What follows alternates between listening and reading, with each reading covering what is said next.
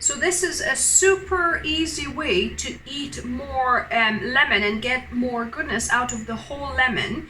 So what you want an organic unwaxed lemon. So I've got them, and then you can take off these end bits, little bits that are like, you know, the stalk bit. Normally they pop off quite easy. I'm just gonna cut this off like that.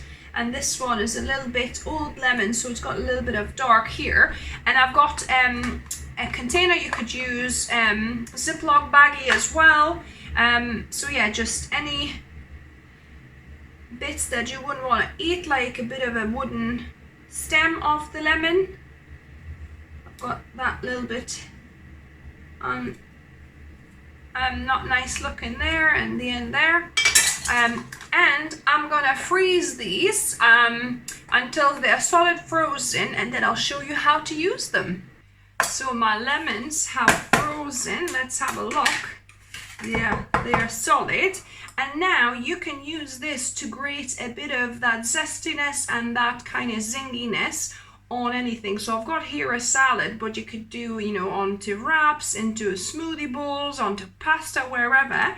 Just wherever you want to add a bit of vitamin C and that zinginess, zestiness. Look how beautiful.